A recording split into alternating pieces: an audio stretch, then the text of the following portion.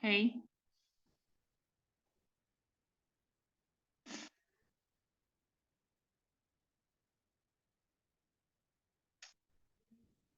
וואי.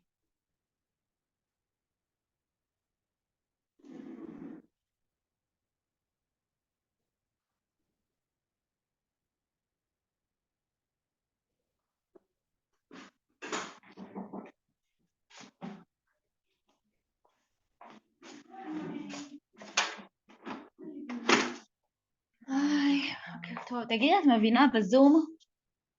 אני מה? מבינה? מה זאת אומרת? את יודעת איך... פשוט או אין לי... זה כאילו? כן, לא, אני יודעת איך מפעילים, אבל אין קול פתאום. אז כאילו, אני רציתי להקליט. הנה, יופי. ברוך השם. יופי.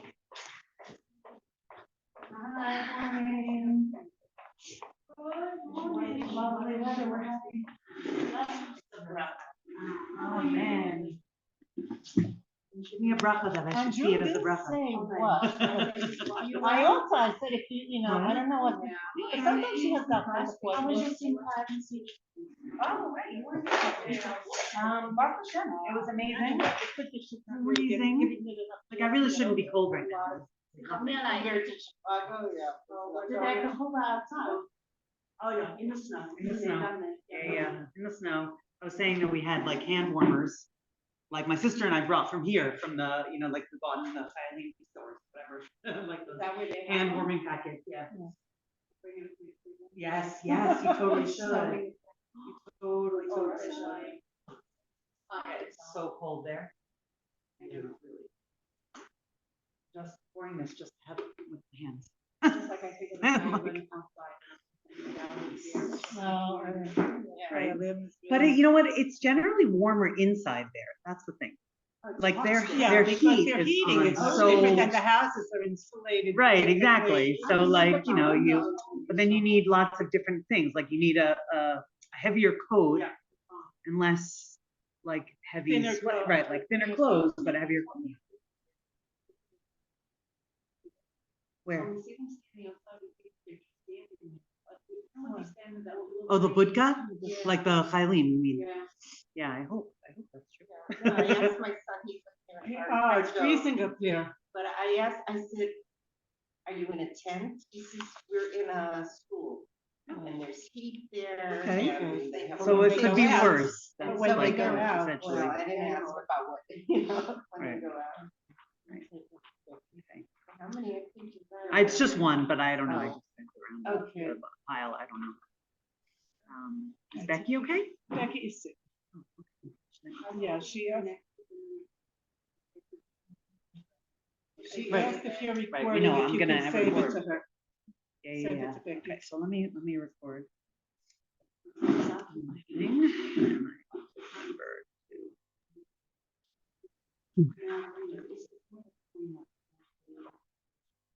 Well, I can't get back to South Africa. Yeah. They're like. First time in 74 years the airline has stopped. Yeah, because it's crazy. They have to fly somewhere else. Eventually, Yeah, they have to go in a roundabout way, but also there's like a whole thing. They were threatening to arrest Israelis as war criminals, like especially the people who came and served, like specifically people who went from South Africa to serve in the army, because they think it's genocide. Right, I don't think, you know, like I think chayalim, like meaning chayalim, but like, yeah, like anybody that, you know. Right, like, yeah, no, for sure. Okay, good morning. Should be a good morning. Good morning. The shiur and all the shiurim are Louis Nishmat, Phyllis Bat Shmuel, Verut Ziskin.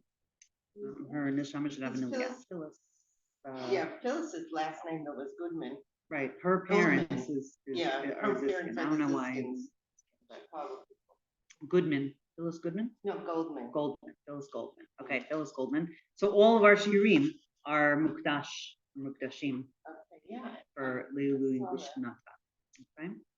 Yeah, okay, so Parshas Yisro, amazing stuff, yeah. Parshas Matan Torah. So there's a pasuk in the beginning, or there's two psukim, right? I have them on your sheets here. In the beginning of it's like after the whole episode with Yisro, and actually Am Yisrael are like, start moving towards the with the eyes on the prize, I guess you could say. Okay, it's at the beginning of Perek Yud Tes. It says v'chodesh hashlishi latzes b'nei Yisrael me'eretz Mitzrayim bayom hazeh ba'u midbar Sinai. At the beginning of the third month, from when they came out of Mitzrayim, ba'u midbar Sinai, they came to midbar Sinai. And then this next pasuk says, "Vayisu mirifidim vayavo midbar Sinai, v'yachanu b'midbar v'yachen sham Yisrael neged hahar." Okay, probably one of the most famous pasukim in all of Torah. Not for the beginning part, which is what we're going to talk about, but for the end part. Okay, Vayisu mirifidim. They journeyed from Refidim, vayavo midbar Sinai, and they came to the desert of Sinai. And then vayachanu b'midbar, right? They camped in the desert. Vayachan sham Yisrael neged hahar. And they camped in the desert, or they camped there facing the mountain. And of course, what's famous about that pasuk is Vayachanu is plural, Vayachan is singular. So the fact that Am Yisrael, who are made up of multitudes of lots of people, but at the same time we are one. We are one. We're one, like one body essentially. And so at Matan Torah, that aspect of us was drawn out and embodied in how we behaved with one another at the base of the mountain, and in how we received the Torah. Okay, so but we're actually going to talk about the first part of that pasuk, okay, because there's a lot of mefarshim on that. Okay, so first we'll do Rashi Bayom Hazeh. That's from the first pasuk there. Why does it say so? Lo hayat tzarich lichtov ela bayom hahu mahu bayom hazeh. Right? It's like a weird thing, right? It already tells us when it was, okay? B'chodesh hashlishi, it's in the third month from when they left Mitzrayim. Bayom hazeh, like what's bayom hazeh? Bayom hahu would be like more grammatically correct, like that's when they came to Har Sinai. But like Yom hazeh is like a more specific pointing. Right. Right. Bayom hazeh, they say. So in this particular case, there's an aspect that's drawn out that Rashi brings out, or it's really in the Gemara, and this actually is like a flavor that we can take from every single one of those bayom hazeh, okay? Or it's usually it says like ad hayom hazeh, like until today, okay? So he says, or the Gemara really says, Sheyiyu divrei Torah chadashim alecha ki'ilu hayom netana. That really every single day is hayom hazeh, okay? And that the concept is that every single word of Torah should be like chadash for us, as if we're getting it that day, today. Or they should be as new for us as they were on the day that we received them, okay? But essentially, the truth is, we actually don't know what day the Torah was given, right? We celebrate it on the same day as Shavuot, but really Shavuot is a separate thing from Zman Matan Torah, from the Yom Matan Toratenu. The Yom Matan Toratenu used to be celebrated on either the 5th, the 6th, or the 7th of Sivan. Nowadays, I think it's always on the 6th, because we basically have blended it together with the 50th day, okay? But really the 50th day, Chag HaShavuot, was its own thing. And, the day of the giving of the Torah, really, we don't actually know the specific day. And one of the ideas behind that is this idea right here, that if we felt like, okay, the Torah was given on that day, it kind of like locks it in, right? It kind of like,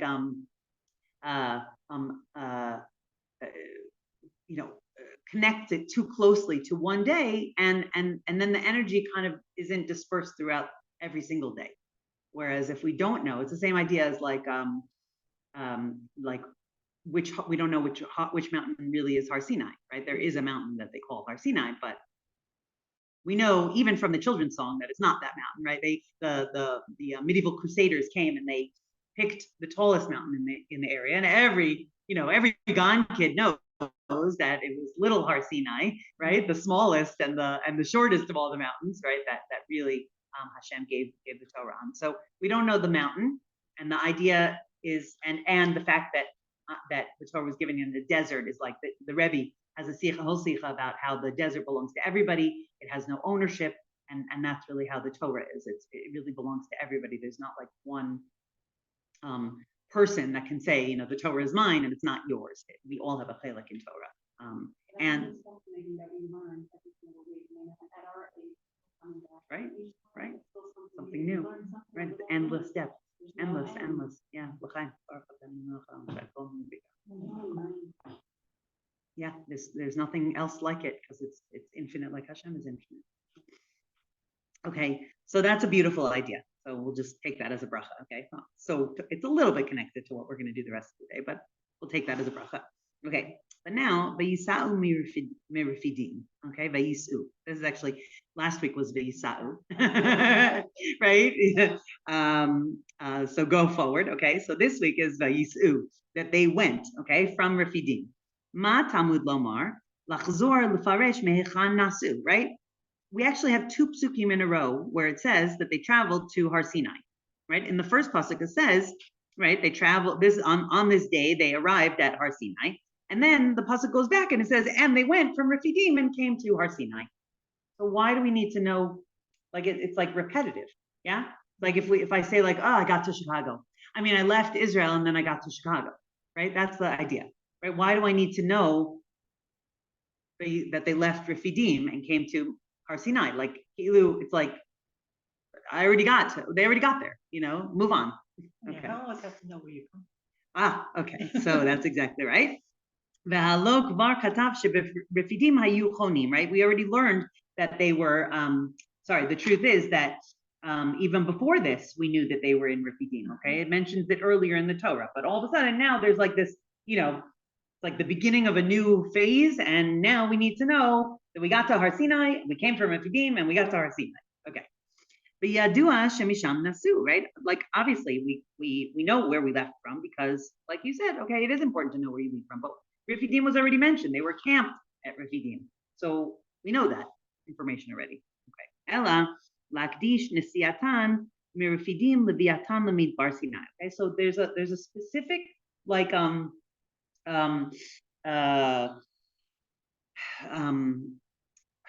comparison or emphasis. That's what I want to like an emphasis on their journey from Refidim and their arrival at Har Sinai. Ma biatan lamid Bar Sinai b'tshuva, that they came to Har Sinai in tshuva. Af nesiatan merefidim b'tshuva. Okay, so the same way that like how did they get to this level of v'yichan sham Yisrael neged hahar? How did they get to the level of unity that the singular verb is used, that they camped as a singular, being in unity at the base of Har Sinai? Because something happened in Refidim. Something happened in Refidim to enable them to be in a state of tshuva, and so they came to Har Sinai in a state of tshuva. So the question is, what happened in Refidim? What does that mean in the state? Like open-hearted, broken-hearted, ready to receive the Torah, something about that. Let's go back to the front. Right. All of a sudden, they have the like 360-degree turn. Yeah. But is this where they did the preparation, like separating them in the mikvah? They did it at Har Sinai. Right, at the base of Har Sinai. The next chapter is all about how they had a barrier, they couldn't go past it, they separated, they did all their clothing, the whole thing, right? Yeah, this is just the arrival. Okay. So, but basically, think about it, right? I mean, we've gone not all 50 days, okay, because we still need the days of separation, like you said, okay, but we've gone on this journey, right? Now we always talk about this journey, like Am Yisrael leaves Mitzrayim, or let's say Bnei Israel leaves Mitzrayim, okay, the children of Israel leave Mitzrayim, And all of a sudden, the idea is that they're going to come to this new place and they're going to be forged into a nation, right? A lot of traumatic things have happened to them, right? Not the first of which was that they were slaves for, generations. And then the Makos, and then the Kriyas Yamsuf, and being chased by the Mitzrayim, and then Kriyas Yamsuf, which, as we said last week, was like this amazing, wondrous miracle, right? But overwhelming, very overwhelming, right? And Har Sinai is going to be overwhelming also. Matan Torah is going to be overwhelming. How do you take a downtrodden, traumatized, abused nation, that has, let's call it low self-esteem, and turn them into Am Yisrael? How do you turn them into an Am Segula, a nation that's going to be a light unto other nations? I mean, how do we do it today? How can we? Right? Like we ourselves need to become that. Right? We're still working on it. But there's stages. Okay, so this was the first stage. Yeah, that's a good question. We're definitely not there yet. I mean, we've had our ups and we've had our lows. Right, right, exactly. So this is after Refidim is Amalek. Right. And Amalek was also a wake-up call. Right. And it didn't end because we didn't wipe them all out. Right. So we 100%. We cycle back around again and again and again. And the hope, I think, is that every time we cycle around, we're on a different floor of the building that we're climbing, right? We're spiraling. We're not, just circling. Yeah. Okay. So let's do some, we'll do the Sforno. I think I actually wanted to do the Sforno after. Yeah. Okay. We're gonna do first the first Shem Mishmul. Okay. So remember, Shem Mishmul is the Sochachover Rebbe. Okay. He was the Sochachover is a place in Poland. Yeah. But he was the grandson of the Kotzker Rebbe. So if that name rings a bell for anybody. What? Sochachov? No, Kotzker. Oh, Kotzker. Grandson of the Kotzker. Okay. Shem Mishmul. V'yesh lahavin. Okay. Shehizkir me'ikara biatam lemidbar Sinai, ve'achar kach chazar lahazkir hanesiya merefidim ve'abia lemidbar Sinai. Okay. So first we hear the ikar, right? What's the ikar? That we got to Har Sinai. But then afterwards, the Torah circles back around and says, well, we came from Refidim and traveled to Har Sinai. Right? Like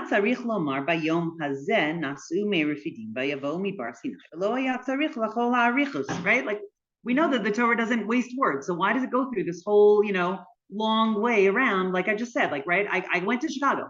I don't need to say to you, like, I went to Chicago. Oh, I went from Efrat to Tel Aviv, the airport to, and then I got to Chicago. Oh, in New Jersey, like, you don't need to know all that. I mean, our kids tell, right? I used to tell these like long, every time I would tell a story to my parents, I would like start like, 3 months ago when the whole thing, I couldn't just like tell the story. I had to like, this is why I can't read newspapers. Every time I read a newspaper, when I was a kid, it drove me crazy. When I would pick up the newspaper and I'd be like, but I don't understand. This article is like an ongoing story. I need to go back to the beginning of the story. And then I was like, constantly going, I need to like start at the beginning of time and then catch up on everything, and that's impossible. So I'm just not going to read the newspaper, right? So the Torah here is like giving us a bit of like seemingly unnecessary arichos, right? Okay. Venira. Okay. Shekan Ramaz Eitza La'adam. That here, right? The Torah obviously doesn't use unnecessary words. So what we see is a lesson. Okay, a piece of advice for us. Kamoshe Yisrael berfidim rafu yadehem min haTorah v'haita chasera lahem hitzchazku. Okay, so what's rafu yadehem min haTorah? Rafu yadehem is like, right, like they gave up essentially. They, what's the phrase in English? I wash their hands. Right, like why? No, but that actually has a strength to it. This is more like I yeah, I give up. I raise my hands in surrender kind of thing, right? That's like the idea. Okay. They were like, what? Right. You're right. Right. Welcome to the same street. You don't have to go back. Exactly. Right. Exactly. Okay. So here we see, now we go into the heart of the matter that really, yeah, it is the same story because this still happens to us, right? We, what are we going to do? We raise our hands in, in surrender. Okay. That they basically, chasera lahem hitchazkus means like they had no strength. They had no belief in themselves. They had no, now we say like erev hitchazku, right? Erev chizuk, that we say like that. It's an evening of encouragement. They were lacking any kind of connection to their own strength and their own ability and their own specialness. Okay, they, like we said, they were downtrodden and traumatized. So in their mind, they didn't even have, like, at least we have thousands of years of history. We have great rabbis who, who gave their lives in Mesiras Nefesh or dedicated their lives to serving Am Yisrael in Chesed and in teaching Torah and all kinds of, right? We have massive shiny examples. What did they have? Maybe they had Avraham, Yitzchak, and Yaakov, Sarah, Rivka, Rachel, and Leah. Maybe they heard the stories, but it didn't really feel real to them, right? They were real.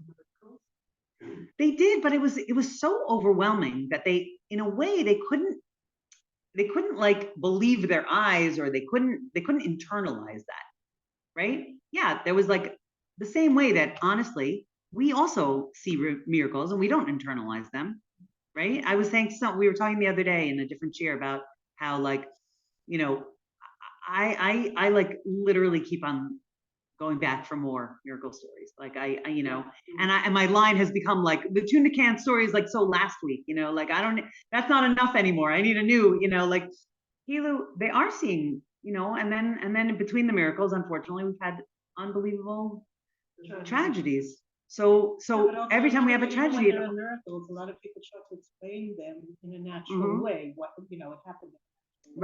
Right. So we can't. There's something in us that doesn't enable us to accept the miracles in a way that really internalizes the concept that Hashem loves us. And I mean, because our eyes see other things as well. And so those two things are hard to balance out. And that's true for Am Yisrael also, right? Like, meaning we don't hear so much about, but it's really important to understand like that not everybody left Mitzrayim, right? So they saw after the Makkah of darkness, right? They saw that there were Yidden that didn't leave, that weren't going to leave, right? They also saw, I in last week's parsha, yeah, there's a reference to the group of Ephraim. I remember hearing this a long time ago, but like apparently 200,000 of Shevet Ephraim left Mitzrayim to make their way to Eretz Yisrael, and it was not time, and therefore right, exactly. So it was before the time. It was Hashem wasn't ready, the world wasn't ready, it wasn't the time, whatever it was, right? And they got slaughtered, they got killed. They fought a war with the people on the way, and they got killed.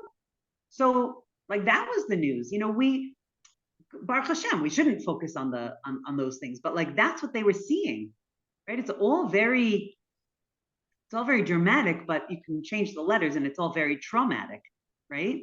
So even Kriyas Yamsuf, on some level, obviously was like, if they could take it in that this is because Hashem loves us, but there's also this aspect of right. So so they don't have this they don't have a strong sense of self at this point. Okay. ולא היה אפשר להם להחזיק עצמם, אלא במה שציירו בעצמם שעומדים לפני הר סיני לקבל התורה. Okay, so they had what was the tool? They had no normal way. They had no way of strengthening themselves, except by envisioning or what's the word? Having the image in their minds, right? Having a vision, visualizing. That's the word I'm trying to think of. Visualizing themselves standing in front of Har Sinai, ready to receive the Torah. Okay, it's like it's very the Hasidic Rebbe's only now, you go to like, I was in Barnes and Noble, right, in America. You go to the self-help shelves, right? And it's all this chassidus, right? Visualizing, right? Visualization. Visualize yourself getting that job. Visualize yourself, writing a check, right? That was a while ago, right? Already write a check to yourself for, $1 million, put it up on your wall, and right? All these different techniques that became very trendy, right? Here it is from the Sachatchover Rebbe from 200 years ago. Okay, so they had to visualize themselves standing in front of standing at Har Sinai and receiving the Torah. And in that way, they were like very strong at visualizing. It felt like they really were standing at Har Sinai. They were like picturing themselves, and it really felt like, I remember there was I wrote an article about this one time. I had this like very vivid dream when I was a kid. I think I was in 8th grade, 10th grade. I can't remember if I was in 8th grade or 10th grade, but I remember having this very vivid dream that I like graduated high school, went to college, met my future husband in college, graduated college together, got married, had children. I think the dream ended. We were like, buying our house or making up our mitzvah for our first child, something like that, right? And then I woke up and I was like, I have to do it all over again. That was my first response. But it felt so vivid. And like, I could still recall, I don't remember, what his face looked like. And I didn't get married. I didn't meet my husband in college. I didn't, there were many things of that weren't true. But like, I remember I still couldn't tap into that feeling like I had gone through all those steps, right? So like, I guess they were also very, very powerful at it. And on some level, they actually, ba'u midbar Sinai. They actually like arrived, in their minds at Har Sinai. Ki b'makom shedato shel adam sham harei, right? Shel adam sham harei hi ki'ilu haya sham b'pol. Okay, when you basically are, when you can imagine this so strong and you like are there in your mind, so on some level it's like you're really there in body. Okay, so he said that in the name of his father, the Avnei Nezer. Okay, so then he says, "V'inyan zeh hechazik biyadam la'achlif koach v'lisoa mirifion hayadayim," and that strengthened them enough to cause them to be able to leave this state of rifion yadayim, of lifting their hands in surrender, right, of giving up. They left rifidim, which you can see the word, right? You can see rafid yadayim or rifi yadayim, right? Okay, that is really, so many times in Torah, right? This is a big thing in Hasidus to see, words inside other words. It's a drush. It's how it's not just Hasidus. A lot of, the earlier commentaries also see this, that there's words inside of other words, like Av Hamun Rachamim, right? Av Hamun Goyim, Avraham, right? Right. So there's many times that we touch that out. It's like the word in Torah is like a condensation of two words. So Rifion Yadayim is this state of giving up. So through that, they were able to travel, to go, spiritually from giving up to, actually getting themselves motivated to get to this place of receiving Torah. U'kmosha Amar Admor Harim, the Chidushe Harim. Okay, Zichronot Zecher Tzadik Livracha L'Chayei Ha'olam Haba, Migur. Okay, the first Ger Rebbe. He said, okay, Alma Amar Ha'olam B'Lashon Ashkenaz. So he says it in Yiddish. Okay, and the Lubavitch, the Rebbe Maharash used to say this also. Okay, Azmen Ken Nisht Ariber Muzmen Arunter. Ve'ani Omer Lehipuch Azmen Ken Nisht Arunter Muzmen Ariber. Okay, so it means basically, if you can't go over it, you have to go under it. That's what the world says. And he says, the Chidush Harim says, I say the opposite, that you can't go under, you have to go over. And the Rebbe Marash used to say this also, the Chatchila River, right? You come to an obstacle, and so the world says, first you try to go under it, and then only if you can't go under it, you go over it. And I say the Chatchila River, like start by going over it, right? Just raise yourself up to get to a place that you can go further, you can go stronger, right? Machazik yourself. שיצייר בנפשו מעלות גבוהות בזה יחליף כוח, right? When you imagine yourself reaching great heights, so that strengthens you to reach those great heights.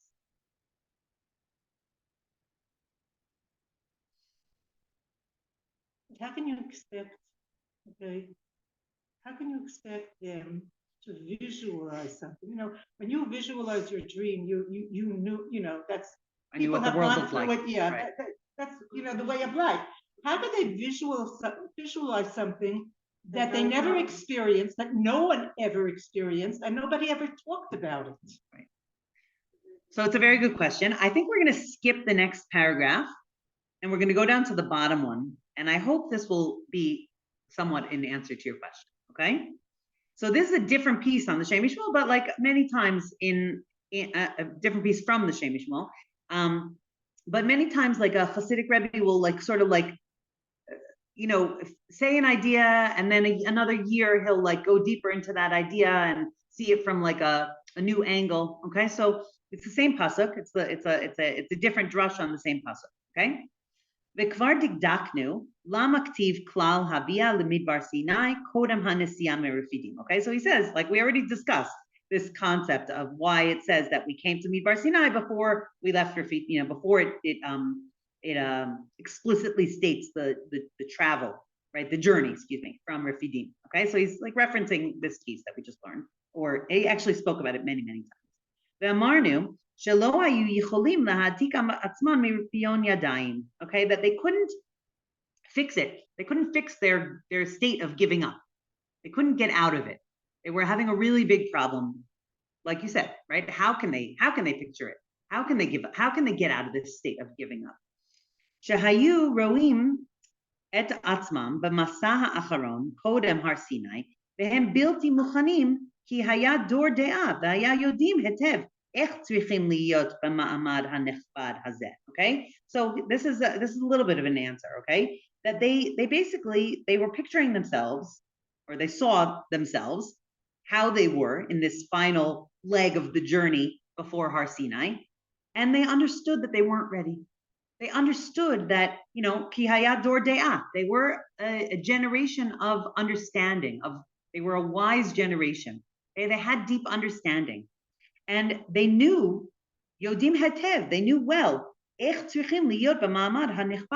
how they were supposed to look in that place, right? What does a nation look like when they're interacting with Hashem?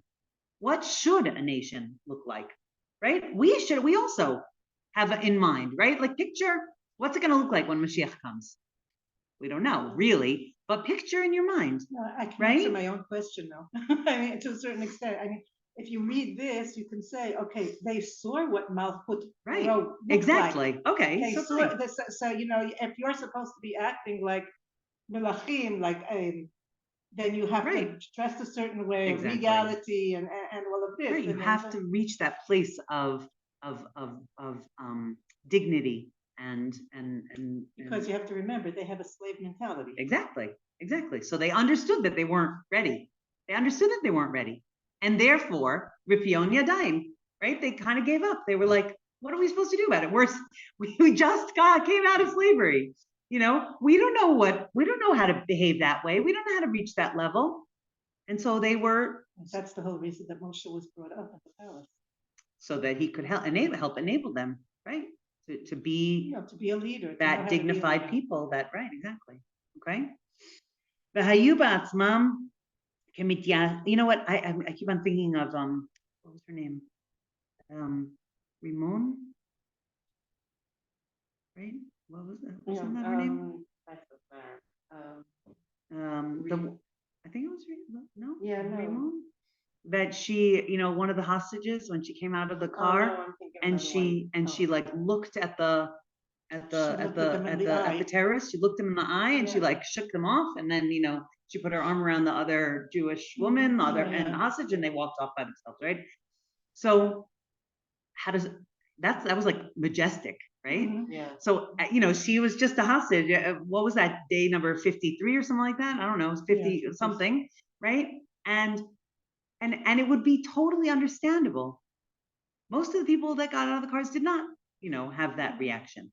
but something in her enabled her to draw on a well of, inner strength and to reach that pose, that, and even if it was just a pose, right? There's something there that we can like hold on to or grab onto or, something. And so you're right. I think it is important to have seen some inkling of, what this looks like in order to sort of like imagine it, that they themselves are behaving that way. Okay. Vayu ba'atzmam kamityashin. Okay. Shezeh garua mehakol. And they were depressed, right? They were despairing. And that's the worst of all, right? The despair. There was another piece that I was going to bring you, and he says, but I like the idea of doing the different pieces from the Shem Mishmuel. But he says that the Baal Shem Tov said, "Ki yetzer hara yesh lo simcha me'atzvus she'achar ha'avera yoter me'ha'avera atzma." Right? That the yetzer hara has greater joy from the sadness that comes. It's not. I didn't give it to you. It's a piece that I didn't give. But the Baal Shem Tov said that the yetzer hara gets more satisfaction, essentially, from the depression and the beating ourselves up that come after the avera than from the actual avera, right? So that's what that's what draws us. That's what weakens us, right? It's this imagining that we have to listen to the nations of the world. It's this like. And I really like, I need to, I'm going to say this for me, and then, you're all welcome to hear it. Okay. Don't go on the internet. Don't look at all the ridiculous upside down, backwards, hafuch things that people are saying. Like, it's so ridiculous. It's so crazy that we're being accused of things that, are actually being done to us. It's obviously Yad Hashem, right? But like, what can our reaction be? So there's a range, right? And the worst of them, or the most dangerous of them, I should say, is to rifayon yadayim, and to say like, the world is against us. What can we do? Actually, I think the worst of them is to say, the world is against us. We better suck up to the world, right? That's the worst we could do. But also to fall down in despair is a very, very dangerous, right? We can't be in that place. We have to. There's such despair. I'm not saying for other people who didn't do this, when you hear that there was either a rab or there was a man who hid some matzah, had something, even if it wasn't that, they did it with nothing but pretended like it was, right? And then that they weren't allowing that despair to take them over, which was very Right. That's what I spend a week in Poland talking about, right? Like, how in the darkest of places is it possible to still shine a ray of light, from within? And that's what we're talking about here. Ubishvil chet zeh, okay, the chet of giving up, of despair, right? Mashchu alehem et amalek she'akar otam od bioter, right? So that drew upon them, right? What was the last thing they said before? The last pasuk before Amalek came and attacked them is Hayim Hashem Beinenu, right? Is Hashem even with us? And then Amalek attacks, right? Because that doubt, that's what brings Amalek, right? Chassidus teaches that Amalek, right? What Amalek definitely has a physical component today, but not as a nation, but more as a concept, right? But Amalek it has the same gematria as Safek, doubt. So when we doubt ourselves, that is a spiritual element of Amalek coming in and attacking us. Ve'od lo haya yecholim la'azov haripion yadayim li'chazek be'atzmam. Ella, okay, they couldn't stop this like despair. They couldn't pull themselves up. They couldn't strengthen themselves. Ella al yedei shetzayru b'nafsham amiratam b'midbar Sinai, except to have this visualization that they, were acting with dignity, that they came to Har Sinai, that they're, no, but we are about to receive the Torah, right? Even if we don't know what that looks like, there's something there, and they could like imagine what that might look like.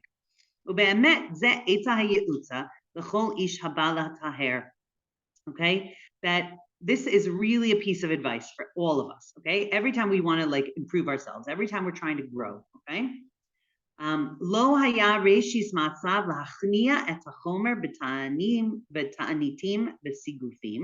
Right? It used to be that the first thing that a person would do when they were trying to like do tshuva is that they would fast and they would like abuse their bodies. They would like, this is even a Jewish thing, right? In like the Middle Ages, this was a very common thing to like, to starve, to go out into the cold without, proper clothing, to roll in the snow. Exactly. All these different ways that to like torture the body. And that was like thought that would be the way to lachnia, to lessen the hold of the Yetzer Hara on the person.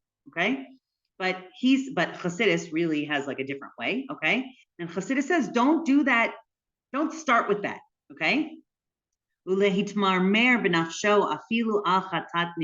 also to like, bring up all of these mistakes, poor choices that maybe we've made in our lives, and to sort of like, ruminate on them. And in that way, sort of like, right, that used to be the way to bring up all the moments of shame, and we like shame ourselves into behaving better. Okay.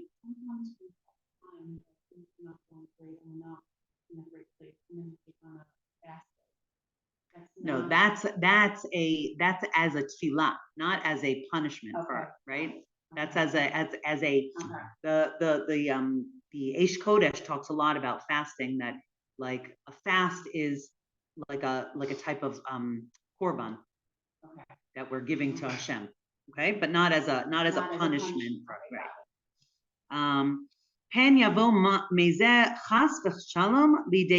Okay, why don't we do this anymore?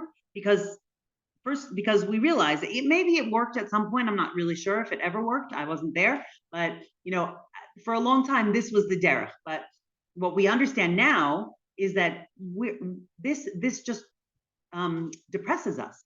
It just pushes us down further, right? Maybe at some point the idea was, put a kid to stand in the corner with the dunce cap on, and they'll be like, promise them, that they like would rise above and say like, I never want to experience that again. I'm gonna, shape up and whatever it was, right? Be shape, I don't know, right? I'm gonna put, but we're different.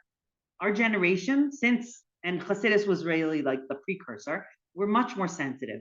And we very much have this problem of lack of, self confidence and self-belief. Okay. And when we do these kinds of things, we just push ourselves down further and further. So it doesn't work. And chas v'shalom, it causes a person to fall into despair. Can I just add to that I heard a while ago with the first somewhere that and that when we dive into Hashem, like a lot of times people say, I can do that. And I say, you really should dive into Hashem. Say, right. Yes. And not say negative. Yes. You want him to do something, say why you are. Okay, so that's exactly where he's going to go, but with a little bit of a different explanation. Okay, he says, "Ella barishona tzrichim lahagbia et kochot nafsho." Okay, so we have to start by lifting ourselves up, by recognizing our positive traits, by encouraging ourselves. Okay, and to look at the lofty soul that we have and where it's sourced, right? The source is that it's quarried in Hashem's holy quarry, right? From where says that the source of our souls is from underneath the Kisei HaKavod. Okay, so from where we were quarried, what our source is.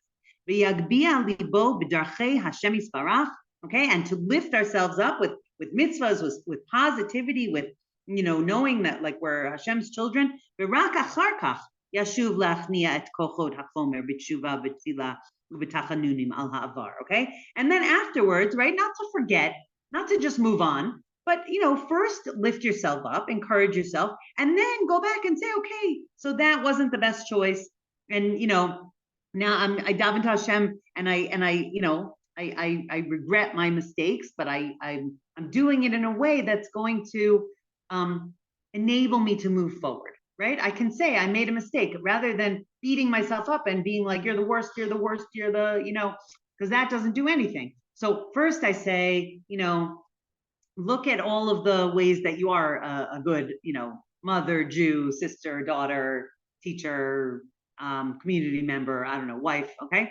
right? Look at all of those things and then say, okay, but maybe yelling at the kids wasn't the best thing, right? Okay. So, okay, but I'm going to be better. I'm going to do better because I know that my soul is at such a high place, and the want, the ratzon to do better helps me to do better. Okay. Vikvar marnu matzanu ken b'shem ha'arizal. Okay, like the Arizal says, and this is a beautiful perush. Okay, so look down. So the Arizal has a perush on this piece of Pirkei Avos. Okay, the Pirkei Avos says, I'm going to read it from the bottom. Akavia ben Mahalalel Omer. I love that name, Akavia ben Mahalalel. Okay, so he says, Histakel b'shlosha dvarim ve'i ata ba lidei avera. Okay, when you look at three things, you won't come to sin.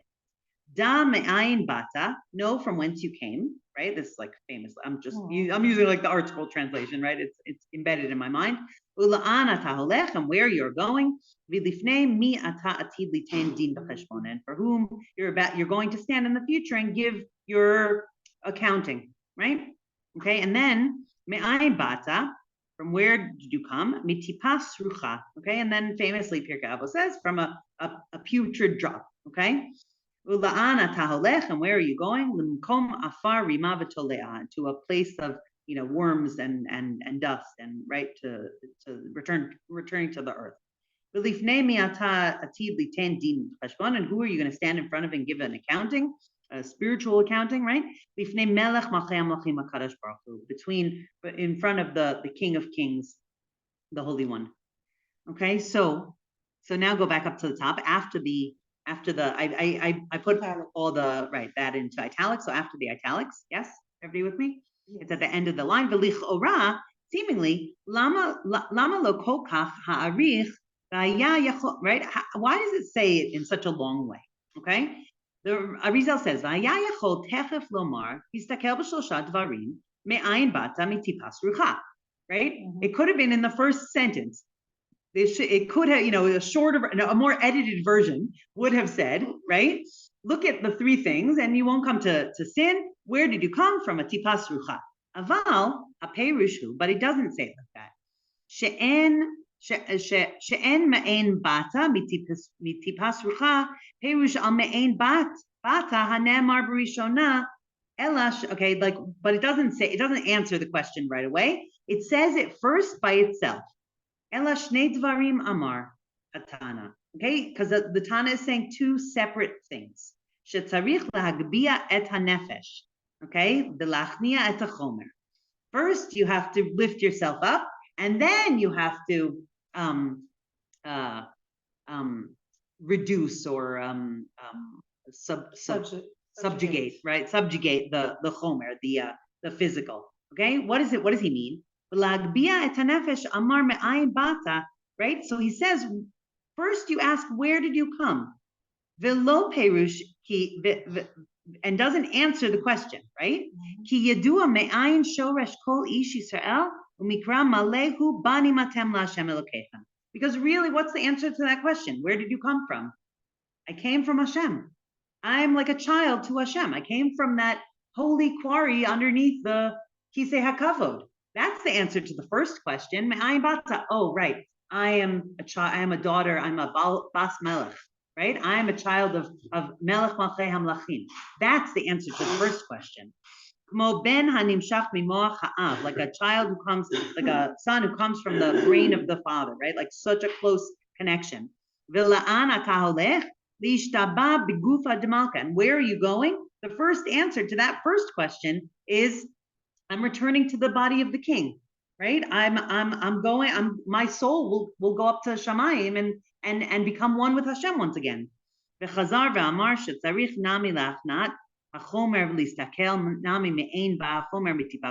then, only then it goes back and says, okay, now we need to subjugate the physical, okay? So it's not one question and then the answer to that one question. It's one question and then a second question, a second level, right? Do you see? If you look now back at the Pirkei Avos, really, the first whole sentence can be read, according to the Arizal, as a positive thing, right? That where did you come from? You came from Hashem. Where are you going? You're going back to Hashem.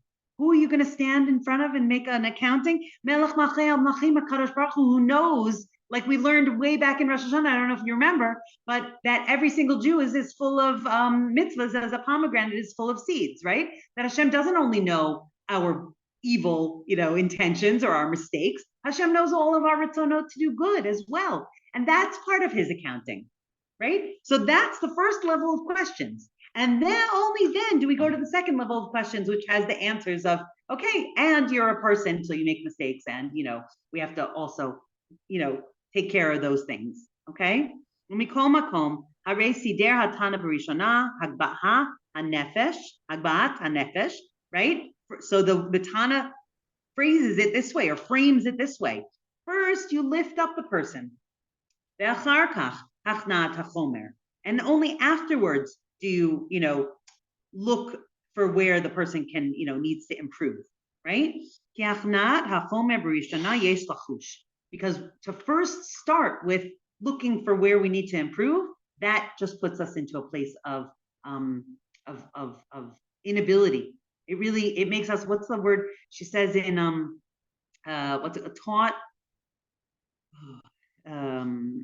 taught helplessness, right? Oh, well, I can't get any better. This is who I am. I'm a tipas rucha, right? I can't get any better than this, right? But if you say, where did you come from? Who are you really? Really, I'm a nefesh elokam mamish. I'm a piece of Hashem above. I'm a daughter of the king.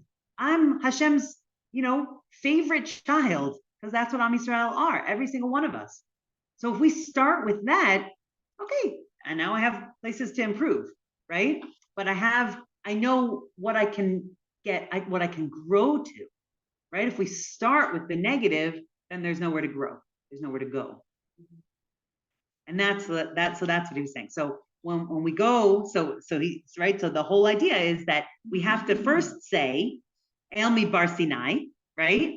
They ba'u mi bar Sinai, because that's where we're going to get to.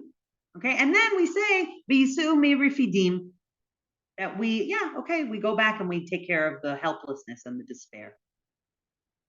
It's very, very hard. Jewish guilt, like you feel like I can't say that, I'm worthy of this. You have to be like the shechet. It's done a lot. It's an old, but that's the thing. It's an old world. Right. It's like, you have to stand up and not say like, I think I'm great. I think I'm this. So there's a difference between I think I'm great and I'm worthy.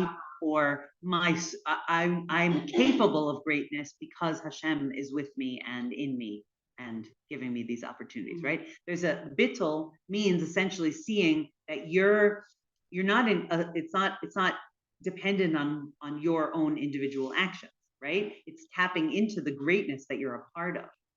That's really where we're talking about. Shosana. Hi, this is what we say at every funeral. And with your second interpretation of the fact that we come from God and we're going back to God, that's a beautiful reason why we say it at a funeral where your nefesh is going back to Kadosh Baruch Hu. Right, absolutely. That's beautiful. Okay, and what do we do when she said that's what we say it at a funeral. We say this at a funeral, and one of the ideas, I mean, look, I don't know if any, unfortunately we have many opportunities to be at funerals at the moment, but every single one of them, the person is more magnificent than the next one, right? Because, and so my husband always says, well, that's what you say at a funeral, right? Because all of a sudden, all the negativity is gone from our memories, right? Like what do you say? You bring out the points of strength of that person, so that everyone knows who they really were, right? The fight with the sister over, who got the last gummy bear, really, that's not who the person was, right? It's really that, really the big brother who went to pick up who drew, who bought a bag of candy for his sister to cheer her up. That's who he really was, right? We look back and we think like, oh, that was an expression of the times and the frustration and all the Mitzrayim that we're stuck in, right? Personally. But really all the acts of chesed and all the acts of bravery and courage, that's really an expression of the inner, the true person, right? So beautiful. Thank you, Becky. So we'll just as the last thing, we'll go back to the end of that Shem Yishmol that was at the top. Okay, the first, it says, it's where it's bold. Okay, ubazeh, yeah, you see it? Yeah. Okay, so he says ubazeh yesh lefaresh mitzvahs zachor v'shabbat. Okay, so we can understand, and this is, so this will give us something like moving forward. Okay, we can understand the mitzvah of remembering Shabbos. Sheperish Ramban b'shem ha-mechilta, that the Ramban says in the name of the Midrash, lizkor b'yom b'chol yom misheshet yimei ha'maaseh et yom haShabbat. Okay, that every single day, how do we fulfill this mitzvah? By every single day of the week remembering Shabbos, like we say, hayom yom echad b'Shabbat shabo hayu lovit, right? Okay, hayom yom sheni b'Shabbat, right? We say that every single day when we say the shir shel yom, and so in that way, every single day we're remembering Shabbos. V'hainu mishum de b'sheshes yemei ha'maaseh sheha'adam tarud be'inyanei melachas behevle olam hazeh. Okay, and also the fact that in the 6 days of the week we're sunk, right, in the all the different aspects of our work and the emptiness of this world, right? All the things that we have to do to deal with the world and to make money and to feed ourselves and all the different aspects of the non elevated aspects of our life. Okay, so one thing that we can do is that every single day we can picture ourselves that are in our soul, okay, that we're standing on Shabbos. Like I definitely do this. I said to my husband last I guess it wasn't last Motzei Shabbos, right? Like the Motzei Shabbos blues here are very, very challenging. Okay, more challenging than in America, I will say that, because in America you have Sunday, so it's sort of like it's like, okay, it's a little present to sort of like gift yourself, right? But here we go right back into the work week, and it's very hard. It emphasizes how special Shabbos is for sure, but it's a challenge. And I said to my husband, like, I just want it to be Shabbos again. Like I don't want to go through the week. I just want it to be Shabbos again, right? So like, to have this as like a little tool in our back pocket that like Shabbos is coming, right? There's a beautiful mashal that I learned with my Shabbos shir that the Nesiva Shalom brings. He says that, you picture like you're in weather like this, okay, journeying down the road, like in the old days when people used to walk and they're getting like buffeted by the wind and the rain and it's freezing and they're shivering, and it's very easy to imagine that today, right? And they don't know where they're going to be able to get their next meal. And there's like this level of like, oh, how am I ever going to get through this? And when is this going to be over? And then they like go around a bend in the road, and in the distance, they see this like shining light of like an inn, right? And the light is shining in such a way that they know like a beautiful fire is burning in the fireplace. It's flickering, it's like a jewel in the distance. And, the person gets there, we get there, and we open the door, and this wave of beautiful heat envelops us, and we take off our wet clothes, and we were given like a pair of warm Uggs to put on, sit in front of the fire, a bowl of warm soup, maybe some coffee, tea, hot chocolate, whatever you fancy, maybe some scotch, I don't know, whatever, right? That's Shabbos. That's Shabbos. And the traveler knows, really, like at some point he can't stay there forever, right? He's gonna have to put on his scarf and his boots and his hat, or her, her scarf, her boots, her hat, and we're gonna have to go back out into the cold. But Bezrat Hashem, with this next, there's gonna be another inn, right? The next Shabbos is coming, and so we bask in that glory. We drink it in. We energize ourselves with it to go out to. Isn't that beautiful? No. That's one thing I said after Shabbat. Like I love Shabbat. It's not a challenge. And when it starts getting like a half hour work over, Yeah. I start getting this. Yeah, 100%. That's exactly how I feel. Yeah. Right. I can do something. Right. So that's what we have to do. And that's what he's saying here, right? So Yitzayer b'nafsho ki'ilu omed b'yom haShabbat. So have this, have Shabbos always in our minds. Picture yourself on how you're going to be on Shabbos, how you're going to have another Shabbos. Shekol ish Yisraeli yesh lo aliyah b'tzad ma. Right? On Shabbos we have this elevated feeling. We have an aliyah. Ve'afilu am ha'aretz emat Shabbat elav. And even like, everybody gets Shabbos. You don't have to be a hugely educated or refined person. You get Shabbos. That gives us the strength to get through the 6 days of the week. Zachor we see is, right, it's not Zachar, it's not Yizkor, it's not past tense, it's not future tense, it's present tense. We remember by picturing ourselves in Shabbos. V'ken Shamor, and Shamor is the same idea. Shehunami Lashon Haveh, right? It's also Lashon present tense. Yesh lefaresh ki'inyan hazeh, sheyizkor v'yishmor atzmo b'sheshes yimei ha'maseh, that we remember, right? Or we guard ourselves. That's what, right? We guard ourselves during the 6 days of the week. Leval yitlachlech b'gashmias b'yoter, ki ech hisab pnei Shabbat, that we shouldn't get like too dirty, right? We always have Shabbos, and when we always have Shabbos in our minds, it enables us not to sink too far into the gashmias, because when we know, like, I'm going to face Shabbos, I'm going to be there in front of the king, I'm going to be there with the Shabbos Malkata, right? But ulai nami zechirat ma'amad har Sinai hu mitam zeh, and maybe they're like, maybe we remember Har Sinai, it has this same flavor, or their picturing of themselves at Har Sinai has this same flavor of, like,